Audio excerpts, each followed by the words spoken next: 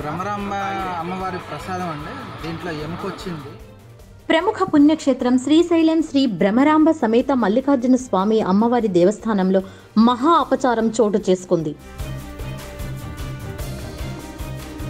స్వామి అమ్మవార్ల దర్శనం అనంతరం అమ్మవారి గుడి వెనుక భాగాన గల తీర్థ ప్రసాదాల వితరణ వద్ద పులిహోర ప్రసాదంలో మాంసపు ముక్క ప్రత్యక్షమవ్వటంతో ఆలయ అధికారులపై భక్తులు తీవ్ర అసహనాన్ని వ్యక్తం చేశారు. హైదరాబాద్ నుండి వచ్చిన వేణుగోపాల్ అనే భక్తుడు నిన్న ఉదయం 11:53 స్వామి అమ్మవార్ల దర్శనం ముగించుకొని అమ్మవారి ఆలయ వెనుక భాగంలో ప్రసాదం తీసుకున్నప్పుడు ప్రసాదంలో కనిపించిన మాంసపు ముక్కను చూసి ఒక్కసారిగా ఆందోళన చెందారు. బ్రహ్మరాంబ అమ్మవారి ప్రసాదం అండి.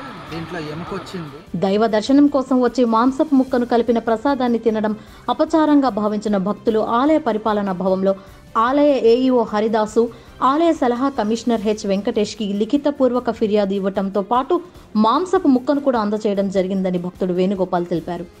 ఆలయ అధికారుల నిర్లక్ష్యము, శుచి శుభ్రత లేని ప్రసాద వితరణతో మనోభావాలను భారీగా దెబ్బతీశారంటూ ఆందోళన చెందుతున్న భక్తులు తక్షణమే నిర్లక్ష్యంగా వ్యవహరించిన అధికారులు మరియు సిబ్బందిపై చర్యలు తీసుకోవాలని భక్తులు డిమాండ్ చేశారు.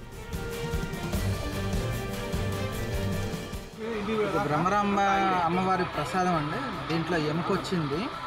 దేవస్థానం వాళ్ళు కొంచెం జాగ్రత్తగా ఉంటే భక్తుల మనోభావాలు దెబ్బతిన్నాయి.